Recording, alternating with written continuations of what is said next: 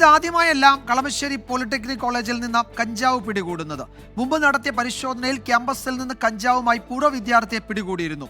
Hostel കേന്ദ്രീകരിച്ച് കഞ്ചാവ് ഉപയോഗിക്കുന്നത് അധ്യാപകർ ഉൾപ്പെടെയുള്ളവർക്ക് അറിയാമെങ്കിലും പരിശോധന നടത്താൻ വിദ്യാർത്ഥികൾ സമ്മതിക്കാറില്ല.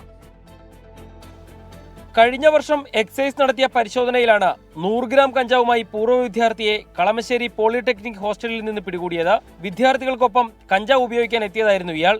കോളേജിനുള്ളിൽ കഞ്ചാവും മറ്റ് നിരോധിത ലഹരി വസ്തുക്കളും നിർബാധം ഉപയോഗിക്കുന്നുവെന്ന വിവരം അധ്യാപകർക്കും ഹോസ്റ്റൽ വാർഡനുമടക്കം അറിയാമെന്ന് വിദ്യാർത്ഥികൾ പറയുന്നു.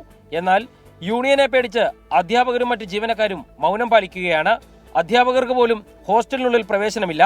ഇത് തൊട്ടടുത്തുള്ള കളമശ്ശേരി പോലീസിന് അറിയാമെങ്കിലും രാഷ്ട്രീയ സ്വാധീനത്തെ ഭയന്ന് പോലീസും യാതൊരു പരിശോധനകളും നടത്താറില്ല.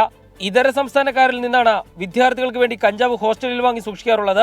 ലഹരി ഉപയോഗവുമായി ബന്ധപ്പെട്ട് കോളേജിനുള്ളിൽ ഒതുക്കപ്പെട്ട പരാതികൾ നിരവധിയാണ്.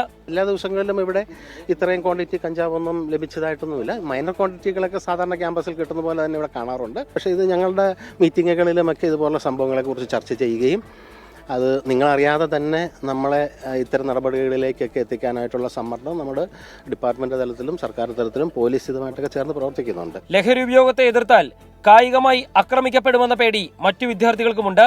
അന്വേഷണം കൃത്യമായി മുന്നോട്ട് പോയാൽ കൂടുതൽ പേർ കേസിൽ പ്രതികളാകുമെന്നും ഉറപ്പാണ്. 24 കൊച്ചി.